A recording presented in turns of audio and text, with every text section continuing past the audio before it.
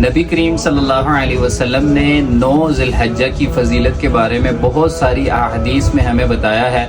اسی طرح کی ایک حدیث ہے جس میں نبی صلی اللہ علیہ وسلم نے فرمایا کہ یوم عرفہ یعنی کہ 9 ذی الحجہ اتنا ہی اعلیٰ دن ہے کہ اللہ تعالیٰ اس دن جہنم سے بہت زیادہ لوگوں کو آزاد کرتا ہے۔ اس لیے 9 ذی الحجہ کو آپ نے 3 کام ضرور ضرور کرنے ہیں۔ سب سے پہلے آپ نے روزہ رکھنا ہے، جس کے بارے میں نبی صلی اللہ علیہ وسلم نے فرمایا کہ جس شخص نے 9 ذی الحجہ کا روزہ رکھا، میں اللہ سے امید رکھتا ہوں کہ وہ گزشتہ 1 سال کے گناہ اور آنے والے 1 سال کے گناہ معاف کر دے گا۔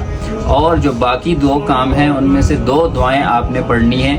ایک اللہم اجرنی من النار، اے اللہ مجھے جہنم سے آزادی عطا فرما، اور دوسری جس کے بارے میں نبی صلی اللہ علیہ وسلم نے فرمایا کہ سب سے بہترین کلمہ لا الہ الا اللہ وحدہ لا شریک لہ لہ الملک ولہ الحمد وہو علی کل شیء قدیر، یہ ہے۔